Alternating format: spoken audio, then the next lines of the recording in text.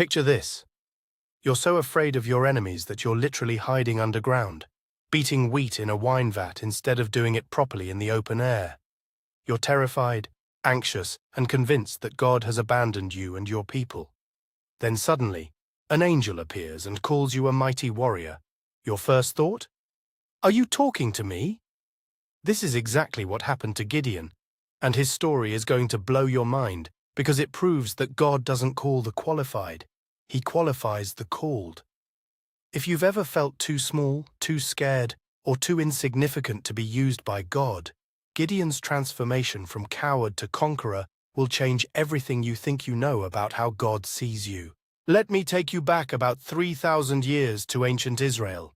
The Israelites had turned away from God, and as a consequence, they were living under the brutal oppression of the Midianites. For 7 long years, these enemies would swoop down like locusts whenever the Israelites planted crops, destroying everything and leaving the people to hide in caves and mountains. Can you imagine living in that kind of fear every single day? This is the world Gideon knew.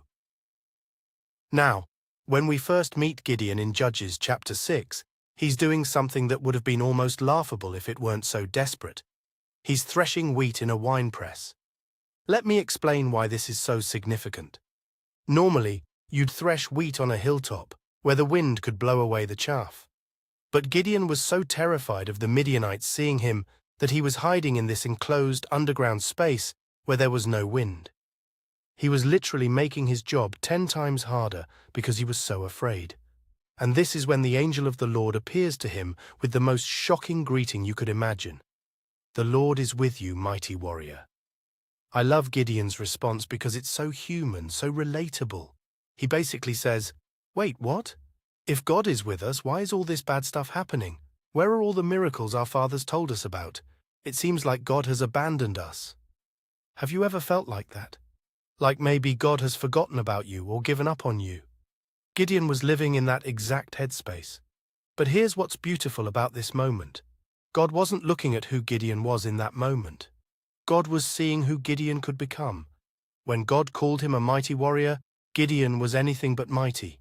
He was scared, he was hiding, and he was from the weakest clan in his tribe. In fact, he specifically tells the angel, "My clan is the weakest in Manasseh, and I am the least in my family." But God had a different perspective entirely. Then God gives Gideon his mission. "Go in the strength you have and save Israel out of Midian's hand. Am I not sending you?" Notice that phrase, "go in the strength you have."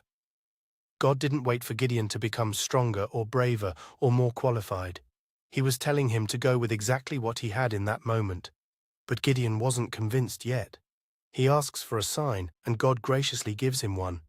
Gideon prepares an offering of meat and bread, and the angel touches it with his staff, causing fire to flare up and consume the offering before disappearing. Finally, Gideon realizes he's been talking to the angel of the Lord, and he's terrified he's going to die. But God reassures him with these beautiful words, "Peace, do not be afraid, you are not going to die." God's first assignment for Gideon was actually quite dangerous. He was supposed to tear down his father's altar to Baal and cut down the Asherah pole beside it, then build an altar to the true God. This took incredible courage because it meant defying not just his own family, but his entire community. And you know what? Gideon was still so afraid that he did it at night with 10 servants to help him. He obeyed God, but he was still scared. I find this so encouraging because it shows us that courage isn't the absence of fear. It's obedience in spite of fear. The next morning, when the townspeople discovered what had happened, they wanted to kill Gideon. But his father Joash surprisingly defended him, saying essentially, "If Baal really is a god, let him defend himself." This is when Gideon gets the nickname Jerub-Baal, which means "let Baal contend with him." Now here's where the story gets really exciting. The Midianites and their allies gathered for battle, and the Spirit of the Lord came upon Gideon. He blew a trumpet and called the Israelites to war, and 32,000 men responded. You'd think God would be thrilled with this army, right? Wrong. God tells Gideon he has too many men. This seems completely backwards to us. If you're going into battle, you want as many soldiers as possible. But God had a different plan. He wanted to make sure that when Israel won the victory, they would know it came from him and not from their own strength. So God has Gideon dismiss anyone who's afraid, and 22,000 men go home. That left 10,000, but God said that was still too many. He had Gideon take the men down to the water to drink, and only 300 men drank by cupping water in their hands, while staying alert. The rest got down on their knees to drink. These 300 were the ones God chose. Can you imagine being Gideon at this point? You started with 32,000 men, and now you're down to 300 to face an enemy army so large they're described as being like locusts in number. But God wasn't done encouraging Gideon. He tells him to sneak down to the enemy camp that night to overhear what they're saying. Gideon takes his servant Purah, and they creep close enough to hear two Midianite soldiers talking. One is telling the other about a dream where a loaf of barley bread came tumbling into the camp and knocked down a tent. The other soldier interprets the dream, saying it represents Gideon and how God has given the whole Midianite army into his hands. When Gideon hears this, he worships God right there and returns to his camp with complete confidence. The battle plan God gives Gideon is unlike anything you'd learn in military school.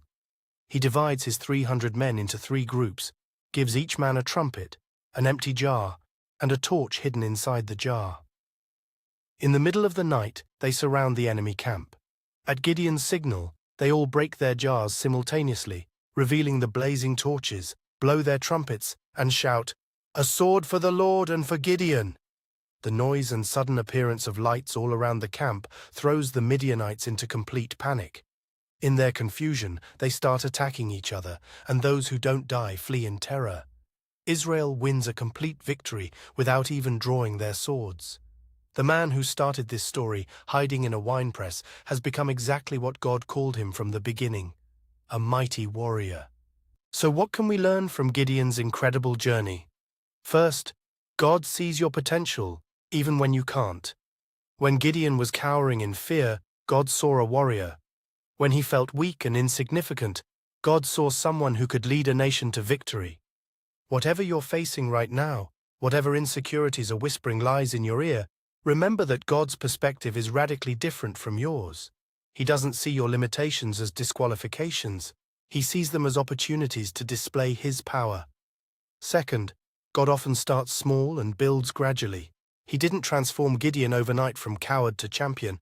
It was a process that began with one act of obedience, tearing down that altar. Even though Gideon did it afraid and in the dark, he did it. That's all God needed to begin the transformation. What's the one small step God is asking you to take today? You don't need to see the whole staircase. Just take the first step. Third, God's methods are rarely conventional. A 300-man army defeating a massive enemy force with trumpets and torches. It makes no logical sense, but that was exactly the point. God wanted to make sure everyone knew the victory came from Him. Sometimes the path God calls us to walk doesn't make sense to others or even to us, but God's ways are higher than our ways. He sees the bigger picture we can't see. Fourth, courage grows through use.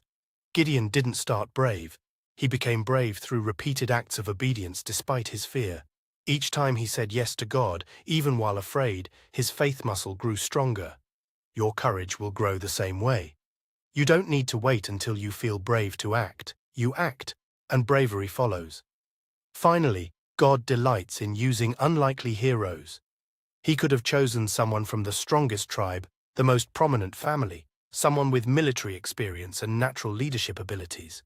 Instead, He chose the youngest son from the weakest clan who was literally hiding when He found him. Why? Because God's strength is made perfect in our weakness.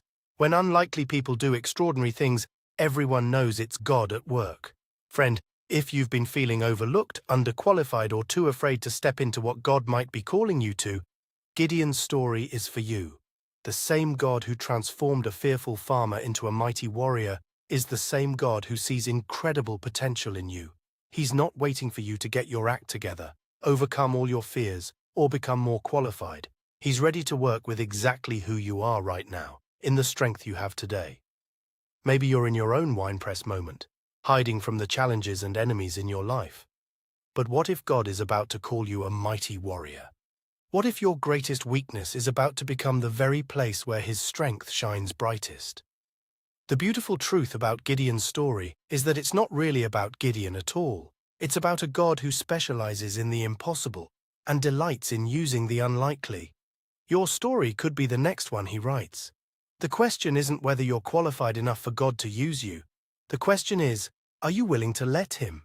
If this story has encouraged you today, I'd love for you to hit that like button and subscribe for more inspiring Bible character studies that will strengthen your faith.